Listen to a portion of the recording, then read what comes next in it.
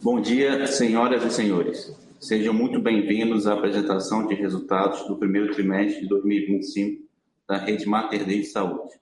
Estão conosco hoje José Henrique Salvador, nosso CEO, e o Rafael Cordeiro, nosso CFO e diretor de Relações com Investidores. Essa videoconferência está sendo gravada e estará disponível no site de Relações com Investidores da companhia, após o seu encerramento. Para ativar a opção de tradução simultânea, basta clicar no ícone de globo abaixo. A apresentação está disponível no site de RI, da Rede Mater Dei de Saúde.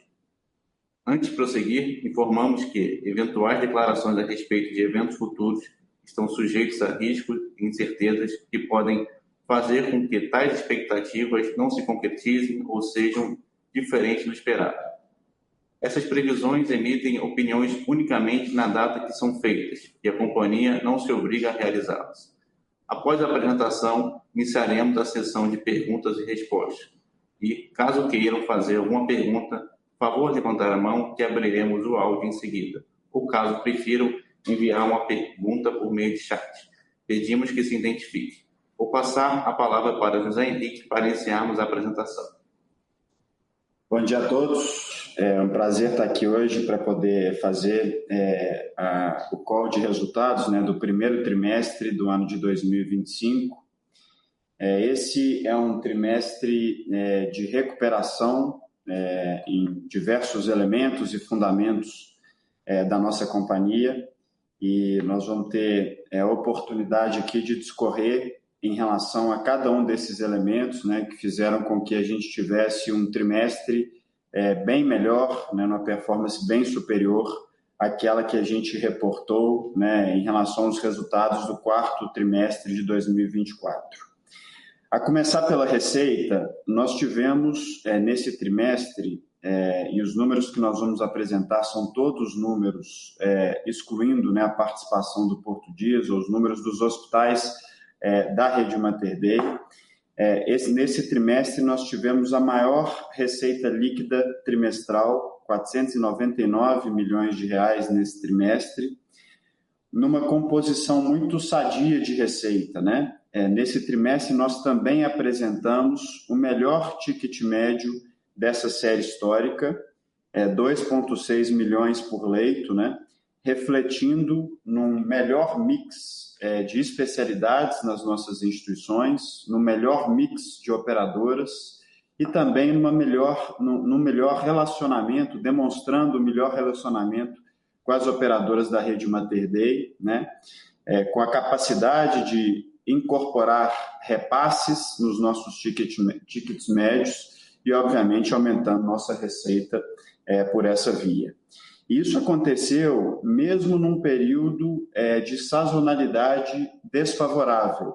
Diferente do que aconteceu no primeiro trimestre do ano de 2024, esse foi um trimestre em que nós não tivemos o impacto de doenças respiratórias, nós não tivemos impacto de dengue também, assim como nós tivemos um impacto muito forte no primeiro trimestre do ano passado, refletindo a capacidade da companhia de conseguir avançar nas nossas receitas, conseguir avançar em produção cirúrgica, conseguir avançar no atendimento a pacientes clínicos e a pacientes complexos, Um período em que a gente teve um janeiro com menos dias úteis, carnaval, feriados, e mesmo assim, com esse nível de receita, esse nível de ticket médio também nesse período, Inclusive, doenças respiratórias, a gente tem vivido mais nesse momento, no final de abril, começo de maio, a gente tem visto um impacto maior em algumas das nossas regiões.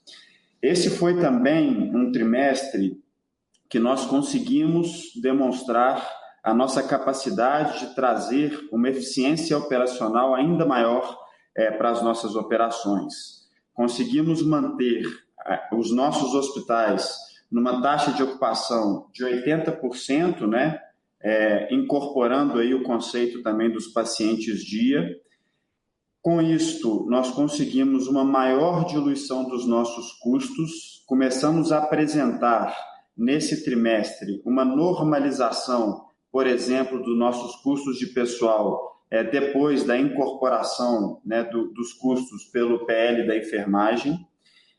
Demonstramos essa capacidade, então, de diluição dos custos, sejam custos de pessoal, sejam custos de insumos também, nesse trimestre, e também conseguimos apresentar uma maior diluição das nossas despesas, principalmente num trabalho extensivo e profundo que tem sido feito depois da saída do Porto Dias. A gente tem trazido a companhia para o tamanho da companhia sem aquele hospital e o resultado desse trabalho, o início do resultado desse trabalho, a gente já conseguiu apresentar bem nesse último trimestre.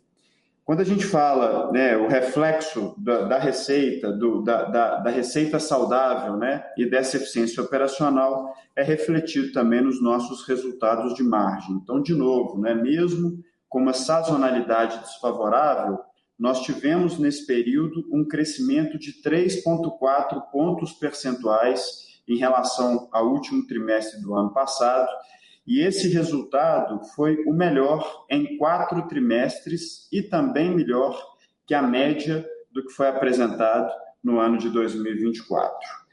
E nesse sentido, a gente tem alguns destaques que são destaques muito positivos, né? Eu gostaria de destacar principalmente a maturação, o amadurecimento de algumas das nossas unidades. Se a gente for ver, por exemplo, o que tem acontecido em Salvador, Salvador tem conseguido apresentar um crescimento expressivo, tanto de receita quanto de margem, contribuindo positivamente para a margem da companhia. São 16% de crescimento de receita líquida nesse trimestre de 25, em relação ao que foi apresentado por Salvador no primeiro trimestre de 2024. É o maior EBITDA dos últimos 4 trimestres e a maior receita líquida de Salvador. Quando a gente passa para algumas unidades adquiridas, a gente também já vê o resultado do trabalho sendo refletido em margens e sendo refletido em crescimento. Por exemplo, o Hospital Santa Genoveva, em Uberlândia, ele teve o maior EBITDA desde o segundo trimestre de 2023. Nós tivemos também o maior ticket médio da história do EMEC, refletindo também na rentabilidade do hospital. E o Mater Dei Santa Clara, também em Uberlândia, com a inauguração do serviço de robótica, né? Começamos a fazer cirurgia robótica também na cidade de Uberlândia, e tivemos no Mater Dei Santa Clara o recorde do número de partos. O Mater Dei de Nova Lima, como a gente já tinha falado no call no trimestre anterior, tem sido uma surpresa muito positiva para a rede Mater Dei e já tem sido uma unidade contribuidora de EBITDA positivo também para a nossa instituição. Além disso, eu queria destacar que nesse trimestre a gente consegue demonstrar a nossa capacidade de melhoria também na geração de caixa.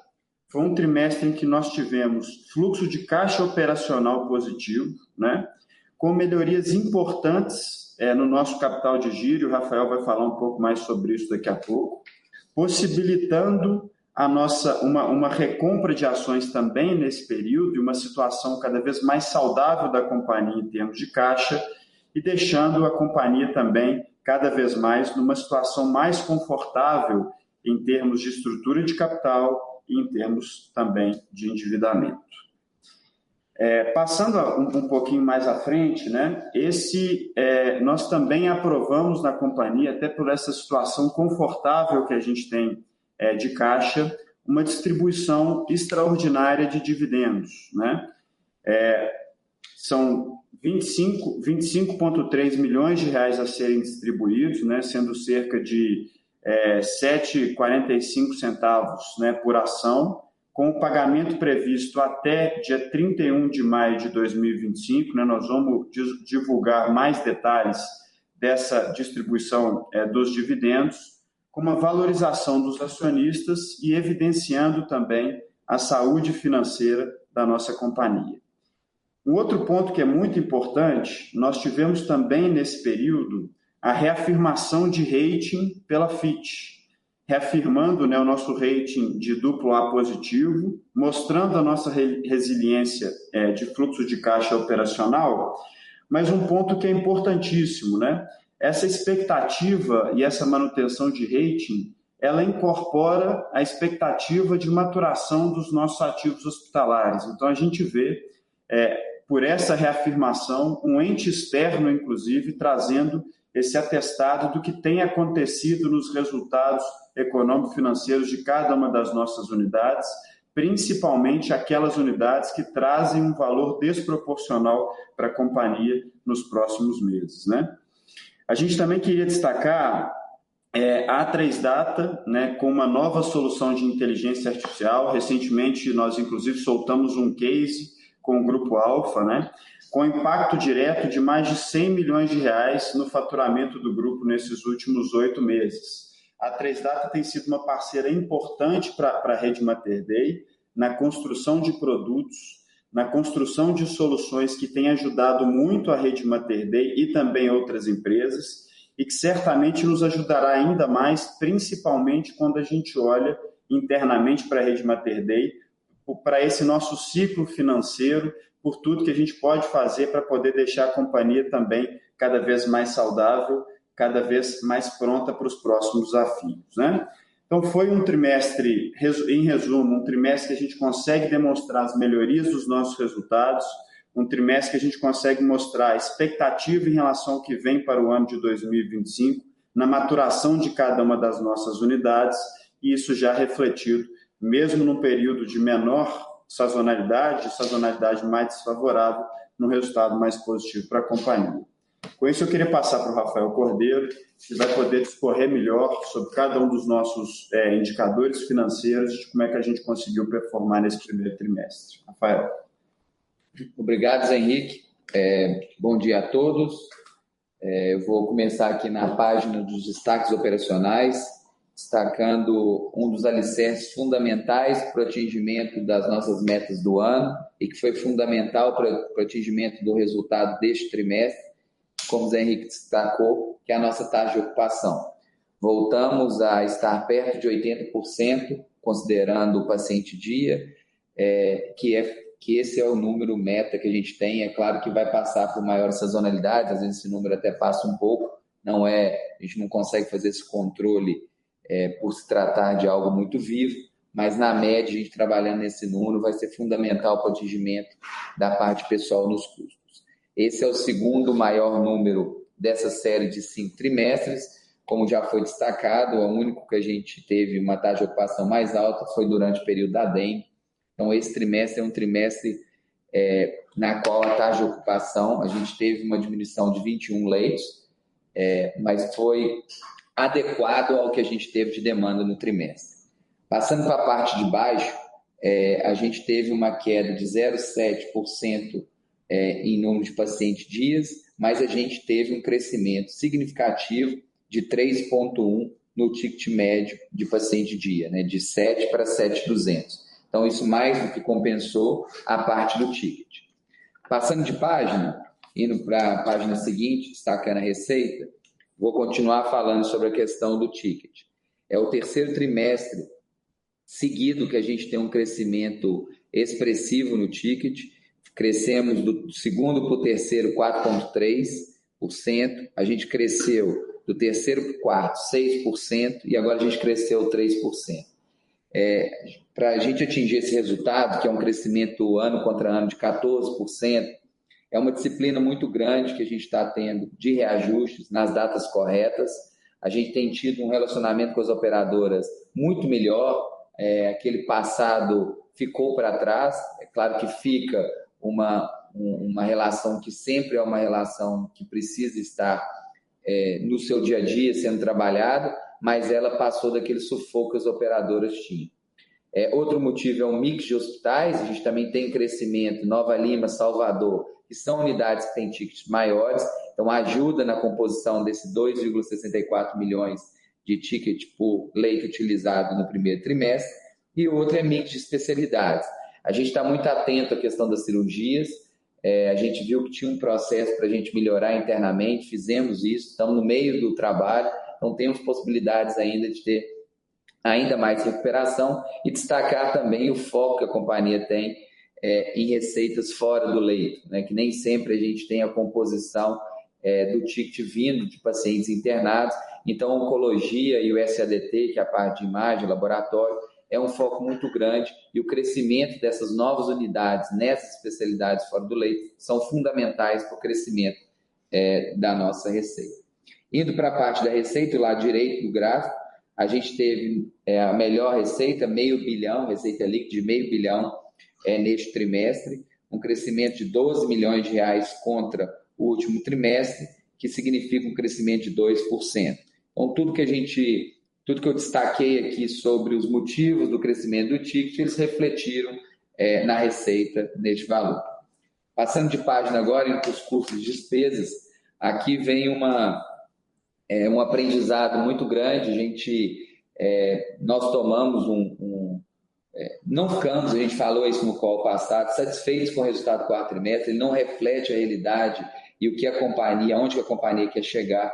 Nós entendíamos que algumas coisas naturalmente com a saída do Porto Dias aconteceria, mas não aconteceu. A gente teve que fazer algumas ações top-down e isso foi redução de layer, redução de quadro, começa a refletir isso no resultado desse trimestre, mas no próximo a gente vai ver um pouco mais desse trabalho que a gente fez, porque aqui em março e abril ainda a gente carrega um pouco dos custos das emissões do trabalho que a gente fez.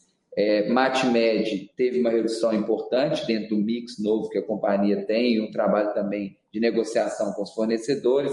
Gêneros alimentícios e serviços terceiros também tiveram redução com o trimestre passado. Vejo que esse número de 71,2%, com R$356 milhões, 71,2%, ele só não é melhor do que o primeiro trimestre do ano anterior. Primeiro trimestre de 24, a gente tinha dois itens que ajudaram o resultado à época. Um é uma reversão de R$3 milhões de uma PLR e a outra é muito mais em questões comparativas. O primeiro trimestre de 25 carrega o PL da enfermagem full, que é a nossa realidade, e o primeiro trimestre de 24 era a composição das primeiras parcelas, só foram R$3 milhões. Então, se a gente somar essas diferenças, a gente tem o primeiro trimestre contra o primeiro trimestre de 25 mais próximos do que a gente imagina pelos números que são mostrados. Em relação às despesas, a parte de baixo, despesas operacionais, houve uma redução de 1,2, indo para 14,9, um número ainda alto, mas muito mais saudável. Aqui é um trabalho constante de melhorias, que vai ter uma diluição também com a entrada dos novos trimestres, com maior ocupação e maior uso dos nossos hospitais, melhor sazonalidade, e esses números tendem a cair, mas a gente já teve uma redução de 1,2, foi fruto de pessoas, serviços de terceiros e outras receitas e despesas operacionais. Quando a gente soma, então, esses fatores do custo da despesa, passando para o próximo slide, o slide do EBITDA, a gente tem essa classificação ainda como ajustado, porque o terceiro trimestre do ano passado a gente teve ajuste das contingências e ajustes de Nova Lima. Então, para ficar comparável, a gente usou a terminologia de ajustado, mas esse trimestre não tem ajuste nenhum. Inclusive, né, a gente não comenta mais, mas a gente tem, por exemplo, dentro desses R$97 milhões, uma despesa de stock options de um programa lá de trás, na qual ele provavelmente não será executado, não terá nenhum caixa pela distância que tem do programa, mas ele está contabilizado. Sempre bom a gente lembrar que a gente não ajusta isso nos nossos resultados. Então, atingimos R$97 milhões, com a margem de 19,3%, um crescimento de 3,4 pontos percentuais, que vem exatamente da redução de custo e de despesas que eu mencionei, e nessa série histórica, ele só perde para aquele primeiro trimestre que a gente teve a sazonalidade da dengue, das doenças respiratórias, e ainda não tinha o piso da enfermagem. Se nós formos pegar a média do ano de 2024 de margem EBITDA, a empresa fez 18,6. Então, nós estamos 0,6 pontos percentuais neste trimestre, que não é a maior sazonalidade, acima da média do ano passado, o que nos coloca numa posição já de possibilidade de melhorar o resultado durante o ano. Passando para a próxima página, lucro líquido e capital de giro, a gente destaca duas margens no lucro líquido, com e sem o ajuste do ágio, porque a partir de agora a gente não tem esse ajuste mais, então nós queremos mostrar qual que é a margem da companhia, desconsiderando o ágio. Então, olhando para a linha cheia, a gente teve 4% de margem líquida, um lucro de 20 milhões de reais, um lucro 12 milhões de reais maior do que o do quarto trimestre, que teve uma margem, quando comparável com essa margem de 4%, de 1,7%. A gente teve, por exemplo, uma margem maior do que o segundo trimestre de 2024. Isso mostra o quanto esse resultado, essa recuperação que a gente teve, que a gente está no meio do caminho dela, já é uma recuperação muito importante para os nossos objetivos durante o ano. A alíquota efetiva de IR de caixa foi de 20,9%. A gente, por não ter mais o ágio, vão ser várias ações que nós vamos ter durante o ano para a gente poder diminuir, porque a controladora ela é pagadora de imposto. Se a gente não tiver esses mecanismos com baixa de contas e algumas outras questões, a gente vai ter uma alíquota maior. Então, um trabalho muito importante para a gente poder atingir um melhor fluxo de caixa. PMR, PMP e PME, a gente tem uma estratégia de uma compra antecipada de CEMED, então acaba que a gente aumenta um pouco o nosso estoque por um período curto, no próximo trimestre vai normalizar, e a gente tem também um aumento temporário dos fornecedores pelo mesmo efeito. Na parte de recebimentos, no PMR, a gente teve um aumento de 4 dias, metade dele pelo crescimento da receita do trimestre em relação aos trimestres anteriores, né? A gente teve aquele crescimento de 2%, uma parte fica pelas antecipações que a gente teve, nós recebemos 2 convênios antecipados em dezembro, por questões regulatórias deles, e aí a gente ajudou o resultado de dezembro e a comparação fica um pouco prejudicada, mas a gente tem aqui um campo para melhorar durante o ano. A gente percebe uma estabilidade no nosso ciclo da receita, a gente com processos muito mais maduros, na qual a gente vai conseguindo controlar o capital de giro. Passando para a última página, a página de fluxo de caixa e endividamento, aqui vem uma notícia muito boa, a gente ficou muito satisfeito com o resultado, conseguimos ter uma diminuição da dívida líquida em R$1 milhão, se a gente retirar a recompra de ações, que foi de 11 milhões, a gente teve um aumento da dívida líquida em 10, mas recompramos 11 milhões de reais, então é 1 milhão positivo, mostra um controle de caixa, da geração de caixa, do capital de giro, que é um foco da administração nesse momento. Nós tivemos um capital de giro de consumo de 19 milhões, é o segundo melhor número de uma série dos últimos 5 trimestres. Isso mostra um trabalho forte em todas as pontas, né? No estoque, nos recebimentos, no fluxo de pagamentos. Outra linha a se destacar, importante, é o controle de CAPEX. A gente teve 34 milhões de investimento, 13 milhões de reais de investimento que a gente tem normalmente manutenção, expansão. No caso nosso aqui é mais os intangíveis e as manutenções, porque a gente está com expansões nesse momento paralisadas. Nós temos muito investimento a trazer receita, fizemos Salvador, fizemos Nova Lima. Então, esse ano é o ano da rentabilização da companhia, então vocês vão ver um controle de CAPEX bem forte. E outra linha importante também, que foi fundamental, já destaquei a alíquota caixa, mas foi a questão do imposto de renda, que a gente teve um pagamento de imposto de renda de 3 milhões de reais, um valor bem menor do que seria o normal que está no nosso imposto corrente, que seria a alíquota de 34%, por isso que a gente teve a alíquota de 20,9%. Com isso, nós terminamos com caixa de 670 milhões de reais, e esse caixa com a dívida bruta de 1,451, indo para o lado direito, superior da página, a gente está com 1,6 de dívida líquida EBITDA, com EBITDA dos últimos 12 meses, uma dívida, como eu mencionei, de 1,451 para um caixa de 670, o que traz uma dívida líquida de 781 milhões de reais. O cronograma de pagamentos continua com um cronograma confortável de 4,1 anos de prazo médio. A gente tem um custo de dívida abaixo do CDI.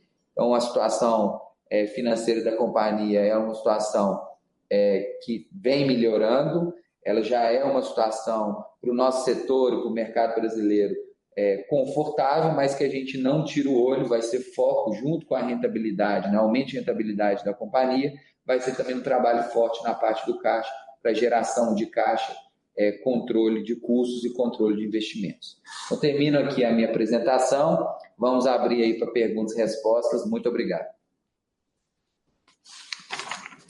Iniciando aqui a parte de perguntas e respostas, a primeira pergunta será do Gustavo Tizeu, do Bank of America.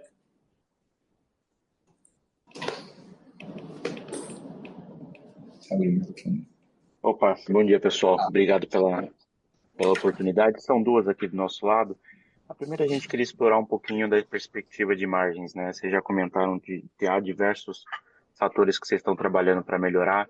Qual que é a perspectiva para final do ano ou ao longo do ano e quais são as principais linhas, né? A gente sabe um pouco de pessoal, a gente sabe um pouco de diluição do impacto do piso de enfermagem, mas só para dar um pouco de timeline para a gente entender um pouco melhor.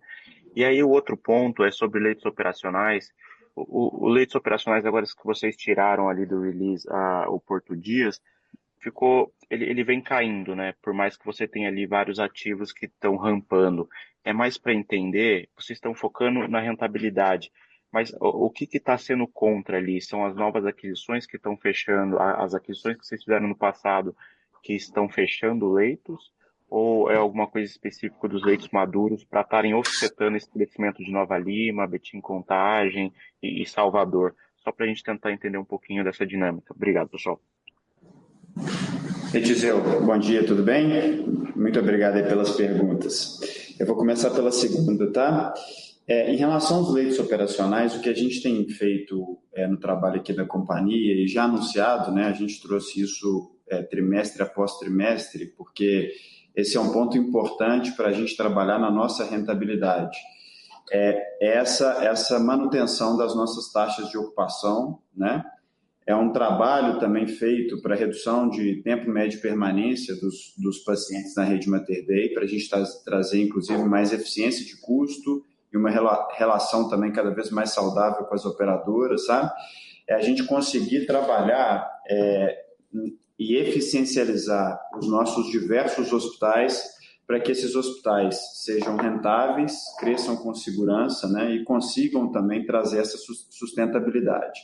A gente tem tentado cada vez mais, e passar isso também para vocês, desancorar, né, crescimento de receita ou perspectivas de crescimento de volume a número de leitos, né? Tem diversas outras variáveis que interferem nisso, como mix de serviços, complexidade, reajustes também, receitas, né, complementares que a gente tem através também de uma ambulatorização de alguns serviços que também são importantes para a rede Mater Dei. Então, o que explica mais o que está acontecendo em termos de número de leitos é principalmente essa visão e essa eficiência que a gente quer dar para a companhia, né, para a gente poder conseguir chegar e melhorar cada vez mais os nossos números de margem, né? E a gente entra na sua primeira pergunta. A gente, como eu disse aqui anteriormente, né, nós começamos o ano com um janeiro com uma sazonalidade negativa, então foi um mês que nós tivemos impacto, né, de movimento, e isso obviamente impactou na margem. Depois a gente já viu um fevereiro e um março sendo muito afetados por todo esse trabalho positivo que a gente tem feito, então já uma melhoria expressiva de margem, e a gente espera que isso aconteça mês após mês, né, com uma visão muito clara de quais são as bases e fundamentos que compõem custo e despesa na companhia, um controle muito adequado em cada um dos nossos hospitais dessas diversas variáveis e também uma capacidade de incorporar mais receita em cada uma das nossas novas unidades, né? Cada receita da rede, cada unidade da rede Mater Dei, ela tem conseguido crescer receita de forma normalizada, sem aqueles eventos sazonais que aparecem. Então, isso traz para a companhia uma capacidade, né, de aumento de margem trimestre até trimestre, chegando ao final de ano com aqueles níveis de margem que a gente já apresentou no passado, né? E com a perspectiva muito boa de melhoria através também do crescimento dessas nossas novas unidades. Perfeito, perfeito. Muito obrigado, hein? De nada.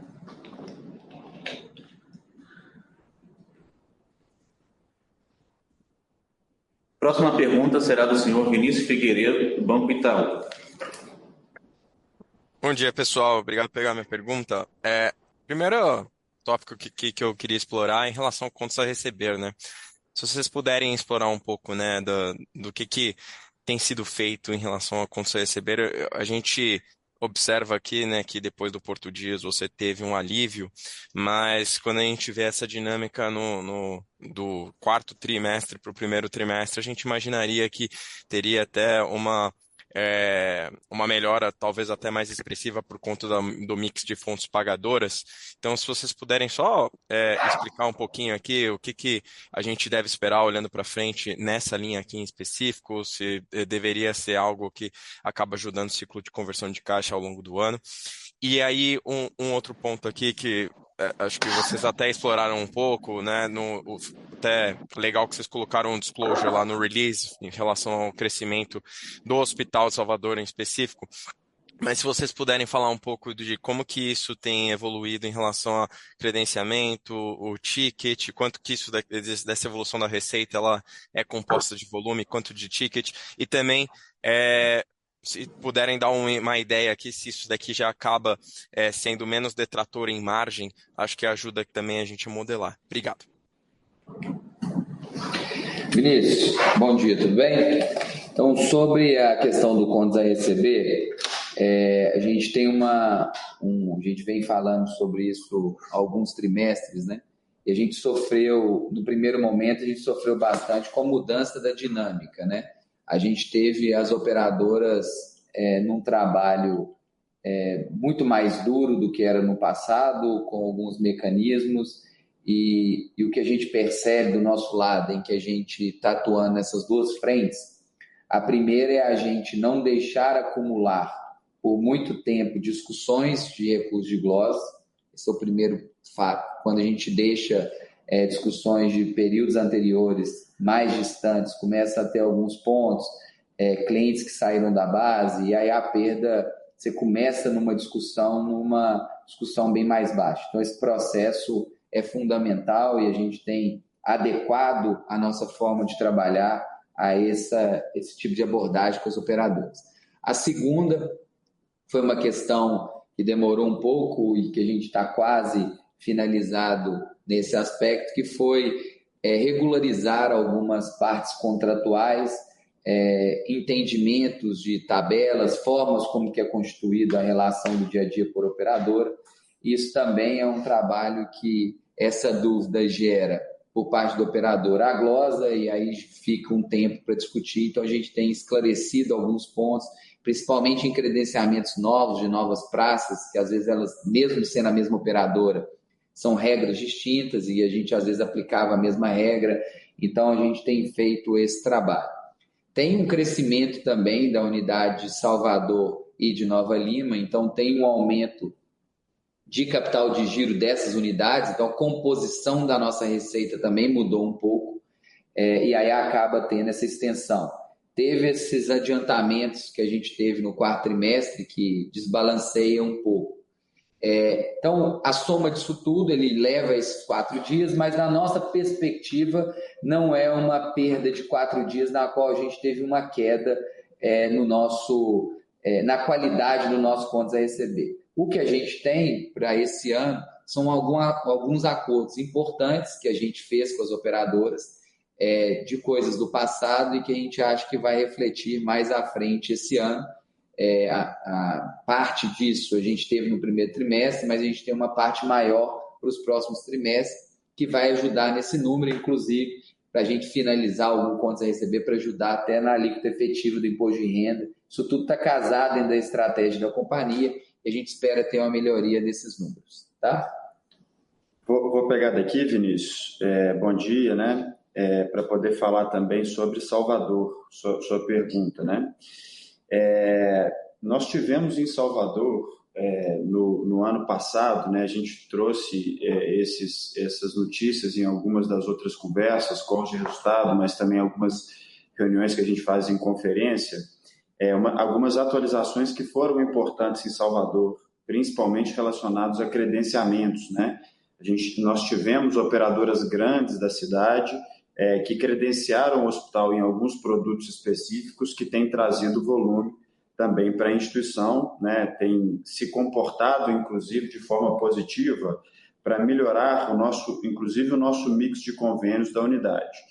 Mas o nosso foco principal de atuação em Salvador, e a gente também tem falado disso reiteradamente, é a nossa capacidade, né, de evoluir cada vez mais na qualidade da operação. A estrutura é um diferencial muito grande que a gente tem na cidade. A qualidade da operação só tem avançado quando a gente olha os nossos índices de satisfação do paciente, né, principalmente.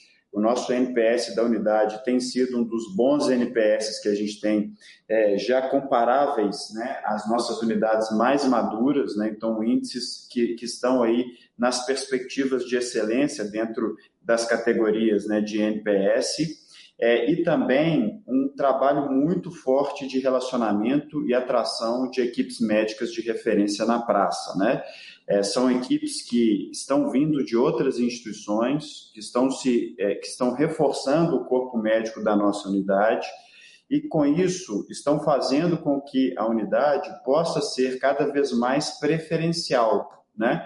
Preferencial para as operadoras que entendem no nosso modelo, de novo, um modelo ganha-ganha, um modelo sustentável que tem encaminhado pacientes com mais força para essa unidade, e também outros médicos que, reconhecendo a qualidade dessas equipes, têm também incorporado o nosso corpo clínico da unidade.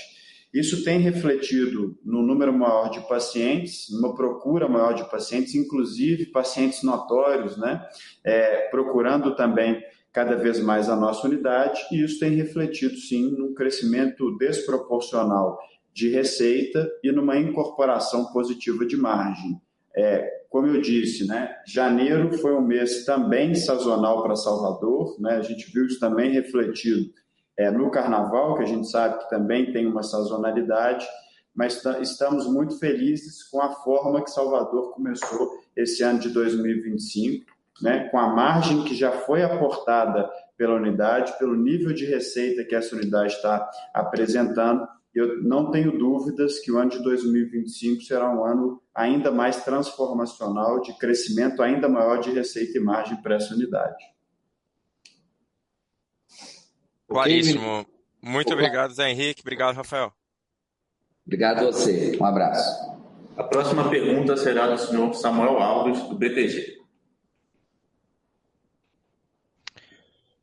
Bom dia, Zé Henrique, bom dia, Rafael, bom dia a todos. São duas perguntas aqui do nosso lado. A primeira é se vocês pudessem comentar um pouquinho sobre ocupação, volumetria de abril e maio, né? O Zé Henrique comentou há pouco, né, que fevereiro e março acabou já tendo uma performance melhor que janeiro. Era mais para entender se abril e maio aí seguiu na toada aí de março. Se vocês pudessem dar alguma cor aí nesse mês a mês. Essa é a primeira.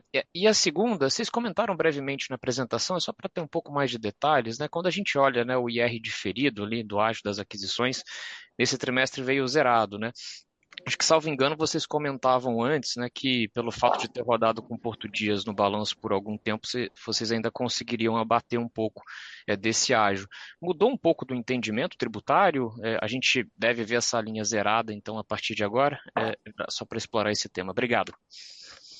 Eu vou começar aqui, Samuel. Obrigado pela pergunta, né? Bom dia, obrigado pela participação. Eu vou começar aqui pela ocupação. Nós tivemos o mês de março, né, de alta ocupação, conforme a gente colocou, e natural que a gente tenha um crescimento mês após mês, né, saindo desse primeiro trimestre, né, a gente tem sempre o segundo, terceiro trimestre aí, mais fortes também, e é o que a gente começa a observar. Tivemos um abril, né, de alta ocupação, alto volume, e maio também é um mês que tem começado bem. em termos também de procura, né, com, de novo, esse componente aí de doenças respiratórias para esse período, né? Isso tem acontecido no Brasil inteiro.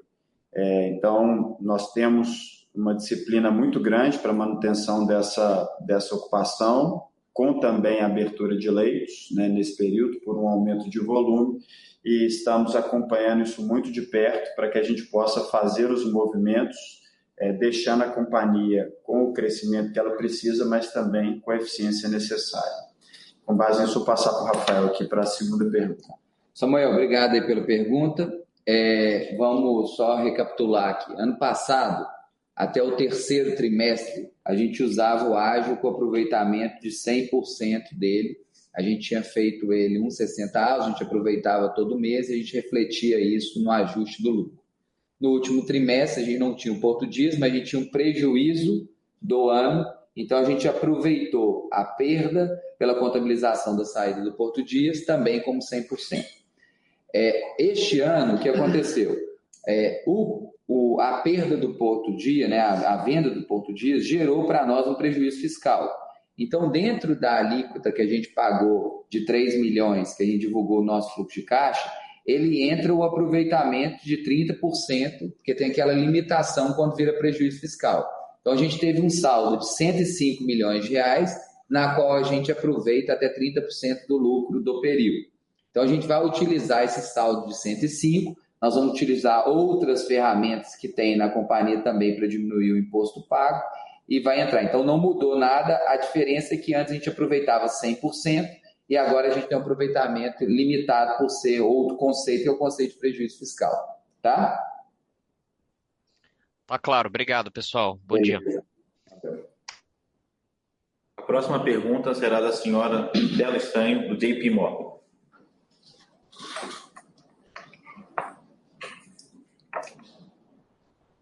Oi, pessoal, bom dia. Obrigada por pegar minha pergunta. A primeira é sobre Nova Lima, então vocês poderiam explorar um pouquinho mais como está o ramp-up do ativo.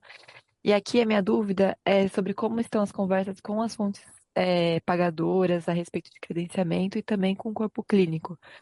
E o segundo ponto que eu queria explorar é sobre o acordo com a Unimed Uberlândia, que vocês anunciaram no último TRI, então se já tem expectativa de algum volume incremental ou que vocês já viram um pouco no primeiro TRI e quais as expectativas aqui para ano? Obrigada. Oi, Stella. Bom dia, tudo bem? Muito obrigado também pela pergunta. Começando por Nova Lima, em relação ao que a gente tem visto na unidade, como a gente disse, né, foi uma das unidades da rede Mater Dei que teve um break-even operacional mais rápido e a gente tem visto incorporação de margem, né, ainda uma receita crescente, mas incorporação de margem mês após mês, principalmente porque é uma unidade que concentra, né, um ticket médio mais alto pelas operadoras, pelo mix de operadoras que estão ali, mas também pela característica da unidade, né, tem se comportado como uma unidade eminentemente cirúrgica, de rápido giro, né, aproveitando das eficiências da região metropolitana de Belo Horizonte, atua, inclusive, né, com uma necessidade de suporte administrativo muito menor do que as outras, né, porque ajuda a gente, inclusive, a diluir esse custo fixo que existe aqui na região metropolitana de BH. Então, ela tem sido muito importante, né, também nesse sentido, além de trazer um novo conceito de atendimento, um conceito que está sendo muito bem aceito por aquela população. Os credenciamentos evoluíram muito rápido. A gente tem os credenciamentos das principais operadoras que nós procuramos para poder fazer, né, o credenciamento naquela unidade. Falta apenas uma operadora que tem um número de vidas relativamente expressivo aqui na região metropolitana, uma autogestão, e a gente está finalizando esse credenciamento também para conseguir trazer para a rede Mater Dei. É uma unidade também que tem conseguido trabalhar, né, numa ocupação interessante, né? Corpo clínico da mesma forma, né? Nós temos sido muito estratégicos no tipo, no perfil e nos médicos que a gente está atraindo para essa unidade, aproveitando inclusive oportunidades, né, para trazer novos médicos equipes que a gente sempre quis, né, que também atuasse, e que quando a gente tem uma nova unidade, a gente apresenta sempre uma nova oportunidade de construir novos relacionamentos com algumas das equipes, mantendo também aquelas mais estratégicas para a rede Mater Dei. Em relação ao Uberlândia, como a gente colocou aqui, né, no início da nossa fala, nós tivemos crescimento já de receita e margem nas nossas duas unidades, nós incorporamos tecnologia, incorporamos novos serviços, né, nas unidades também lá de Uberlândia, isso muito ancorado, inclusive, no acordo que foi feito, né, reforçando muito o nosso relacionamento com a principal operadora local, e ela também vendo os nossos hospitais como preferenciais. Então, nesse primeiro trimestre, ainda recente em relação ao período que a gente assinou o acordo, mas já com sinais de encaminhamento de alguns pacientes, por exemplo, na linha materno-infantil, a gente, além daquele acordo que nós apresentamos, né, nós somos contemplados como o hospital de referência para a linha materno-infantil da Unimed, né? Temos caminhado na linha também do idoso, dos pacientes idosos, temos recebido mais pacientes oncológicos, inclusive por essa parceria.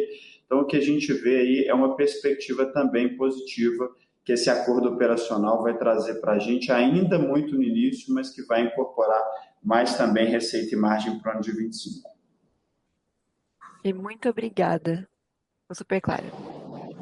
De nada. A próxima pergunta será do senhor Caio Moscardini, do Santander.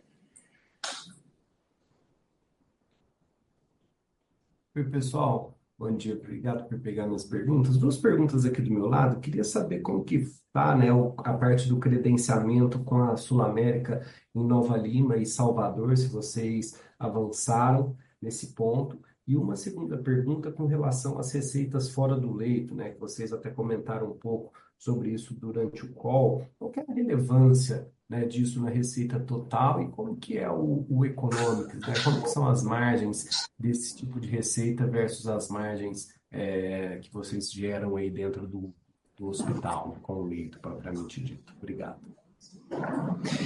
Caio, obrigado pelas perguntas.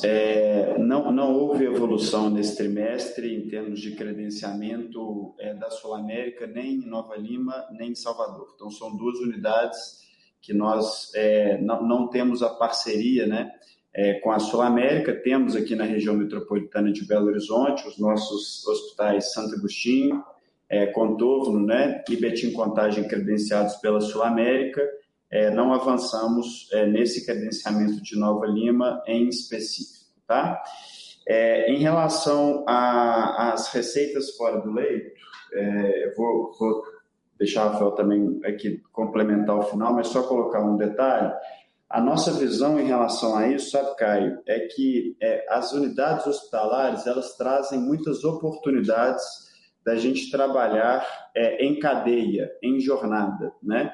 O que a gente observa é que o paciente que nos procura, ele tem uma oportunidade, através dessas linhas de cuidado, de estar dentro de um verdadeiro ecossistema, né? E nós queremos nos posicionar como hospitais que tenham uma alta resolutividade para as diversas demandas do paciente, seja em atenção primária, secundária ou terciária, né? Então, o paciente acaba fazendo muitos exames nas nossas estruturas e a gente incorpora tecnologia e recursos na medicina diagnóstica, e são uma fonte também importante de receita. A oncologia, sem sombra de dúvidas, é um dos mais importantes vetores de crescimento, e a gente tem investido bastante nisso e teremos boas novidades aí para apresentar nos próximos meses em relação à oncologia. Então, essas receitas acabam compondo as necessidades do paciente e equipes médicas da instituição, incorporam isso também, principalmente quando a gente olha para os nossos tickets médicos, né? Isso. Contribuindo aqui com a resposta do Zé Henrique, para te ajudar, cara, eu acho que tem duas empresas do setor que são especialistas nas receitas fora do leito. Você tem o Fleury e você tem, por exemplo, Ococlínicas, então vocês conhecem bem a rentabilidade, por exemplo, dessas duas receitas que são fora do leito, falando em termos de margem.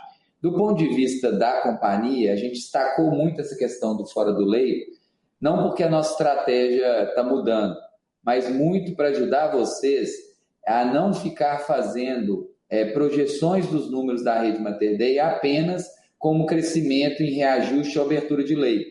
A gente vai, com esse trabalho que o Zé Henrique colocou, de trabalho em cadeia, da gente ter o atendimento completo ao nosso paciente, a gente tem possibilidade de crescer a nossa receita com a receita geral da empresa, com essas receitas adjacentes sem necessidade de abertura do leito. Foi por isso que a gente comentou esse aspecto. Inclusive, nós estamos com várias iniciativas, né?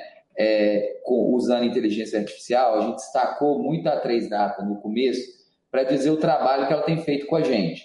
Então, a gente está, por exemplo, eu esqueci de responder na pergunta do Vinícius, a gente está no ciclo da receita com um trabalho de agentes de IA para a gente poder fazer uma melhoria do ciclo da receita como um todo.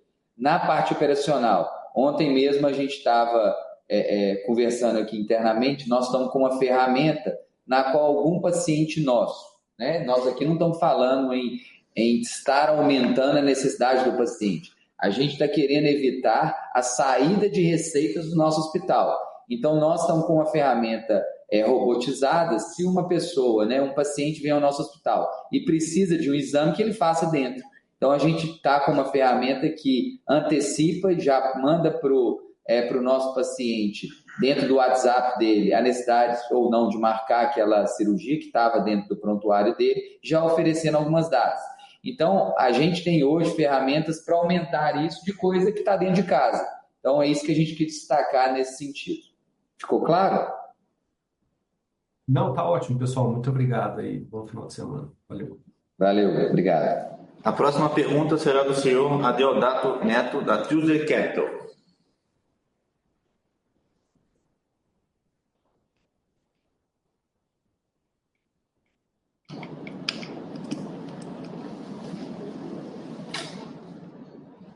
Você abre o microfone, Adeodato? Desculpa. Boa. Abriu aqui. Pois é, Henrique, oi, Rafael, obrigado por pegar a pergunta. É um prazer falar com vocês de volta. Acho que muitos dos pontos foram endereçados aqui. Uma das coisas que a gente tem conversado, acho que é super interessante a dinâmica de Salvador que vocês trouxeram. Só um ajuste de percepção rápido aqui. Quando vocês pensam no ciclo de maturação histórico das unidades de vocês e aquilo que vocês veem, tanto para Salvador quanto para Nova Lima, como que vocês botam em termos relativos a perspectiva desse ramp-up, dessa maturação, dessas duas unidades em especial, passando pelo mix que vocês esperam em cada uma delas? Obrigado. Adeodato, eu vou começar aqui respondendo também. Muito obrigado pela pergunta, né? Obrigado pelo interesse. São duas unidades bem diferentes, né? Seja por localidade ou seja por perfil das unidades, né? A Nova Lima, como eu disse, ela é uma unidade que ela acaba se aproveitando bastante, né? Da estrutura que já existe na região metropolitana de Belo Horizonte, e também acaba se aproveitando das relações existentes, né? Aqui na região metropolitana de BH nós construímos aí há 45 anos relacionamento com médicos, né? Relacionamento com entes, com a praça, e para Nova Lima muito mais fácil conseguir inclusive incorporar, né, essas relações no dia a dia da unidade, e é por isso que a gente viu uma unidade que amadureceu em tempo recorde, né?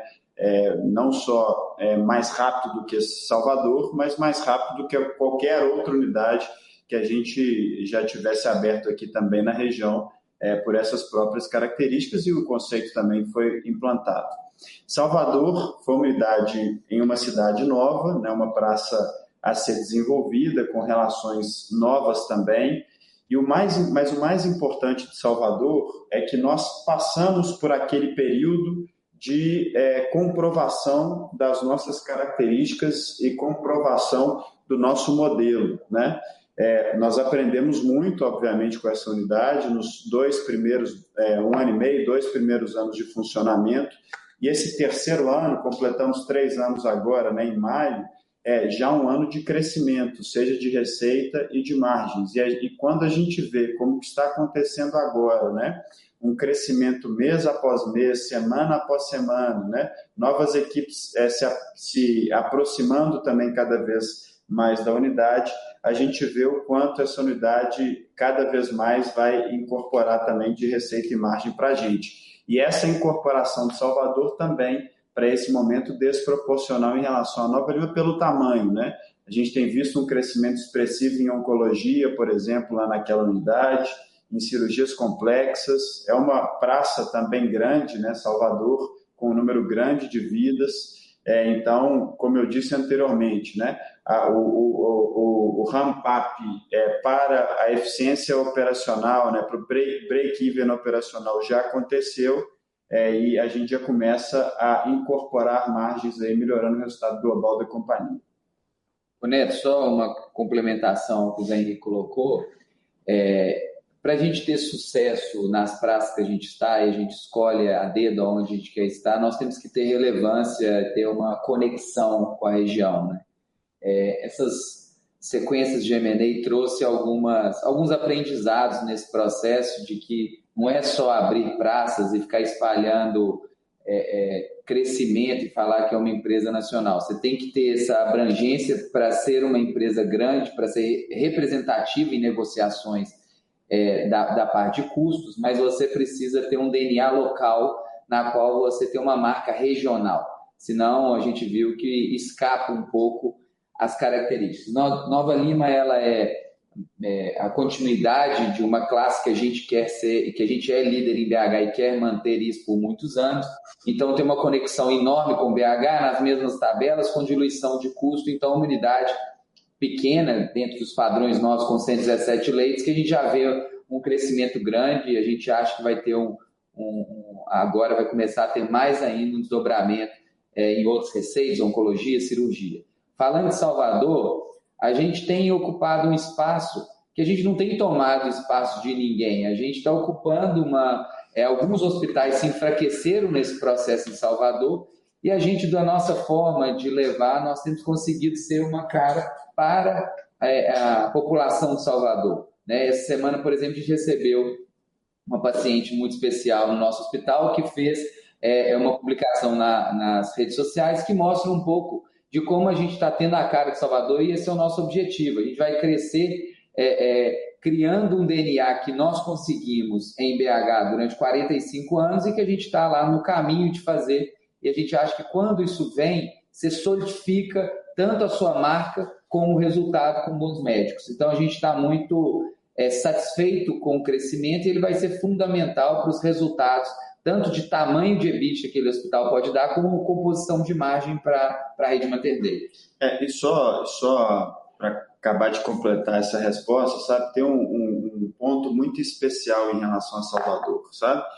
Nós estamos num momento em que a gente tem conseguido fazer estudo, conseguido implementar os processos de eficiência operacional, mas principalmente, sabe, Adeodato, sem perder a essência da rede Mater Dei, né? A essência de tratar bem os nossos pacientes, de ter um NPS alto e também de ter um relacionamento muito próximo com o corpo clínico daquela unidade, né? E inclusive, trazendo esse corpo clínico para a importância que ele precisa, trazer esse corpo clínico também, dando a ele a luz que ele precisa também para ter um equipamento de qualidade, mas também desenvolver muito bem as suas potencialidades na praça, né? O corpo clínico de Salvador é um corpo clínico muito especial. Excelente, Zé Henrique, excelente, Rafael, super obrigado e logo, logo a gente se fala mais. Obrigado. Obrigado. A próxima pergunta será do senhor Gustavo Miele, do Goldman Sachs. Oi, Zé Henrique, Rafael, obrigado pela apresentação. São dois follow-ups rápidos aqui. Primeiro deles, assim, em uma das respostas anteriores, o Zé Henrique comentou um pouco sobre volumetria de abril e maio. E diz que os volumes aparentemente já estão num patamar forte, robusto, né? Eu só queria ter um pouco mais de clareza na comparação ano contra ano aqui, pessoal, dada a base difícil, né, com o volume super alto de dengue que a gente teve ano passado, principalmente em BH, né, onde esse volume ele foi um pouco mais expressivo. Então, se vocês pudessem tentar dar uma ordem de grandeza assim, do quanto que isso representa versus abril e maio do ano passado, e em termos de complexidade também, se está melhor ou pior, seria interessante. E um segundo follow-up rápido também, né? Vocês discutiram em algumas das respostas o tema de corpo clínico, né? Isso eu quero entender um pouco melhor, né? Porque como vocês têm feito algumas expansões em regiões onde outras companhias também têm feito esses movimentos, imagino que a competição por corpo clínico ela esteja acirrada. Então eu queria entender um pouco como está o desafio financeiro até de retenção e atração aqui de novos médicos e se isso eventualmente pode ofender custo em algum momento, na opinião de vocês. Ainda que obviamente isso possa ser offsetado por complexidade no futuro. São esses 2 pontos. Obrigado. Miele, bom dia, muito obrigado pelas perguntas, né? A primeira em relação ao volume, eu imagino que seja difícil, né, para vocês conciliarem esses números, né? O que eu posso dizer é o seguinte: o primeiro trimestre de 2024 foi um trimestre muito afetado pela dengue, sabe? A gente teve, por exemplo, em alguns meses do primeiro trimestre de 2024, em um hospital específico, né, mais de 800 atendimentos de pacientes internados no mês, para você ter uma ideia, pela dengue naquele período. Foi uma das maiores epidemias, né, ou períodos de epidemia de dengue que a gente teve nessa nossa série histórica. Então, foi realmente um período do ano em que a gente teve um estresse maior. E o que a gente pode trazer para vocês de forma muito clara é que, normalizando esses atendimentos de dengue, a gente tem crescimento nas outras linhas, que são as linhas principais de receita nos nossos hospitais, principalmente na região metropolitana de BH, que foram aqueles hospitais mais afetados naquele período do ano passado, tá? Em relação ao corpo clínico, essa é uma pergunta muito importante e obviamente, uma reflexão que a gente faz todos os dias. À medida que o tempo vai passando, acho que vai ficando muito claro para os corpos clínicos, em cada uma das praças que nós estamos envolvidos, da estratégia da Rede Mater Dei e do nosso formato de relacionamento e do nosso formato também de posicionamento, né? É um formato de posicionamento que a gente atrai o corpo clínico para a estratégia, a gente dá oportunidade de construção, a gente não pasteuriza a atividade do médico e também, por causa disso, né, nós não atraímos o médico através de pagamentos de luvas ou pagamentos de valores desproporcionais que desbalanceie ou que, de certa forma, mercantilize a nossa relação com o corpo clínico. Esse não é o nosso posicionamento, não é a forma que nós vamos atuar, né? Nós queremos que o médico seja muito bem remunerado e vamos sempre também ajudá-lo nesse sentido, mas não fazendo em formatos que a gente possa criar modelos de remuneração que privilegiem aquela relação transacional de curto prazo, né? Nós queremos construir com essas equipes um relacionamento profícuo, de longo prazo e atrair equipes que acreditem nessa construção também de longo prazo com a Rede Mater Dei. Sobre a questão dos números, eu acho que fazer uma análise sobre os quadros que a gente apresentou, nós estamos com 52 leitos menor do que o primeiro trimestre, com um ticket 14% maior, e a gente teve 9,9% de paciente dia menor na companhia. Então, foi um estresse grande, uma operação que ela é temporária, que trouxe resultados, até mostra que a gente está protegido também em momentos de algum tipo de epidemia, né, para ter bons resultados também, mas não é o tipo de projeção que a gente pode comparar. É um negócio totalmente atípico e eu acho que os números mostram isso. Nós queremos rentabilizar a companhia, margem crescer líquida, ter essa atração de corpo clínico, como o Zé colocou, e um crescimento mais robusto, que a hora a gente entende que a empresa está no seu tamanho certo para poder fazer esse crescimento. Excelente. Está claro, Zé Henrique, Rafael, obrigado. Bom dia. Bom dia. A próxima pergunta será do senhor Márcio Osako, do Bradesco. Bom dia, pessoal. Tem uma pergunta em relação à região metropolitana de BH. Se vocês puderem comentar um pouco, como é que vocês veem perspectiva aí de crescimento, excluindo Nova Lima e essas receitas aí adjacentes ambulatoriais, mais especificamente assim, se vocês veem espaço para abertura de leitos, dado que já é uma região um pouco mais madura. É isso, obrigado. Oi, Márcio, tudo bem? Bom dia, obrigado pela pergunta. Nós temos visto, sim, perspectivas importantes de crescimento para cá, né? E também de abertura de leitos.